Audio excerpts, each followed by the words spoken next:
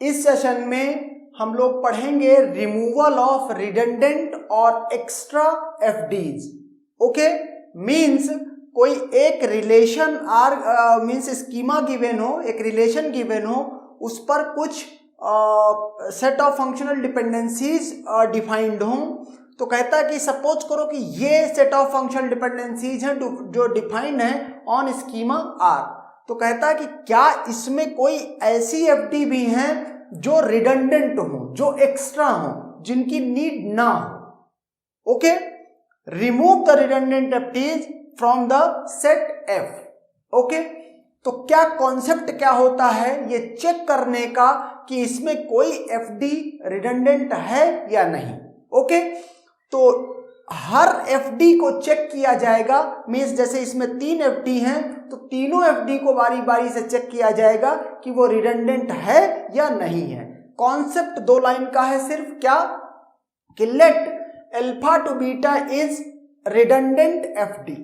Okay, तो कहता अगर ये रिडंडेंट है तो अगर आप इसका अल्फा का मींस एलएचएस का अल्फा का अगर क्लोजर लो और क्लोजर लोगे तो फंक्शनल डिपेंडेंसीज की नीड पड़ेगी।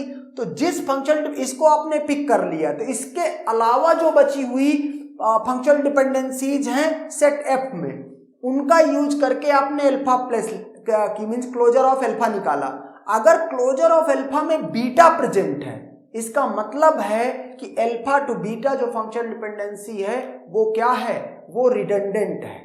वो कोई और दूसरी फंक्शनल डिपेंडेंसीज हैं जो यही काम कर दे रही हैं कि जो ये कह रहा कि अल्फा डिटरमाइंस बीटा, वो कोई और दूसरी जो रिमेनिंग फंक्शनल डिपेंडेंसीज जिनका यूज करके आप क्या कर रहे हो, अल्फा का क्लोजर निकाल रहे हो। वो अल्फा का क्लोजर अगर उसमें बीटा मींस इंक्लूड हो गया, उसका मतलब ही यही है कि जो बाकी रिमेनिंग फंक्शनल डिपेंडेंसीज हैं वही डिटरमाइन कर सकती हैं बीटा को, इसकी कोई जरूरत ही नहीं। ओके, और इसीलिए ये रिडंडेंट हो गई। तो कहता है कि अगर alpha plus contains beta then alpha to beta is redundant FD, deleted. Okay, और फिर दूसरी एफडी को चेक करोगे।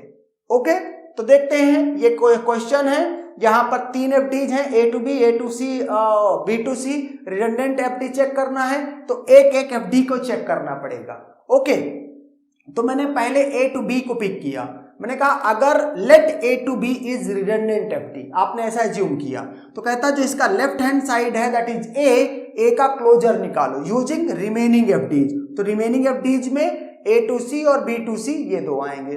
तो इसका क्लोजर आया ए का ए सी। ओके, अब क्या ये सेट कंटेन कर रहा है बी को? नहीं कंटेन का, since B is not contained in this set, therefore so a to b is not redundant fd. okay, and cannot be deleted. अगर वो redundant नहीं तो आप डिलीट नहीं कर सकते हैं। ओके, नेक्स्ट आपने कहा कि a to b तो रिडंडेंट नहीं है, a to c को चेक करते हैं। ओके, तो a to c को चेक करने के लिए let a to c is redundant fd। तो अब क्या करेंगे, a to c में a का क्लोजर निकाला जाएगा, लेकिन रिमेनिंग एफडीज में क्या होगी, एक ये पहली होगी और दूसरी ये सबसे नीचे वाली होगी, क्योंकि रिमेनिंग एफडीज ए टू सी को आप पिक नहीं कर सकते हैं। ओके, तो इसका क्लोजर जो आता है ए का क्लोजर लेफ्ट हैंड साइड का, वो ए बी सी है। यहां पर सी हमको चाहिए था, वो सी इसके क्लोजर में मिल रहा है। इसका मतलब सी इज प्रेजेंट, ये सी के बारे में बोला जा रहा है कि C is present. So A to C is redundant FD, deleted. तो अब इसको डिलीट कर दिया गया ए टू सी को। अगर आप ए टू सी को डिलीट कर देंगे तो बची एफडीज क्या हैं, इसको आपने डिलीट कर दिया तो बची हुई एफडीज सिर्फ 2 हैं, A to B and B to C. आगे की जो भी चेकिंग होगी वो सिर्फ, अब इसको कभी आप कंसीडर नहीं कर सकते ए टू सी को, अब सिर्फ ए टू बी और बी टू सी को देख करके ही जो करना होगा करना होगा। ओके, तो ये रिडंडेंट एफडी थी ए टू सी, डिलीट कर दी गई। Now let B to C is redundant FD, third FD जो बची थी उसको भी चेक करना है। तो बी टू सी को चेक करना है तो आप क्या करोगे, बी का क्लोजर निकालोगे। लेकिन याद रहे, बहुत ही मीन्स अच्छा पॉइंट है यहाँ पर, बी टू सी में बी का क्लोजर निकाल रहे हैं। कहते हैं बी का क्लोजर निकालने में रिमेनिंग एफडीज, मतलब बी टू सी को छोड़ करके बाकी एफडीज, लेकिन ये एफडी तो है ही नहीं। ओके, इसका मतलब सिर्फ एक ही एफडी बची है जिससे क्लोजर देखा जाएगा, A to B. Okay, and therefore इसका जो क्लोजर होगा वो बी, सिर्फ बी ही होगा। चूंकि इसके क्लोजर में सी नहीं आया है इसीलिए बी टू सी क्या है, रिडंडेंट एफडी नहीं है।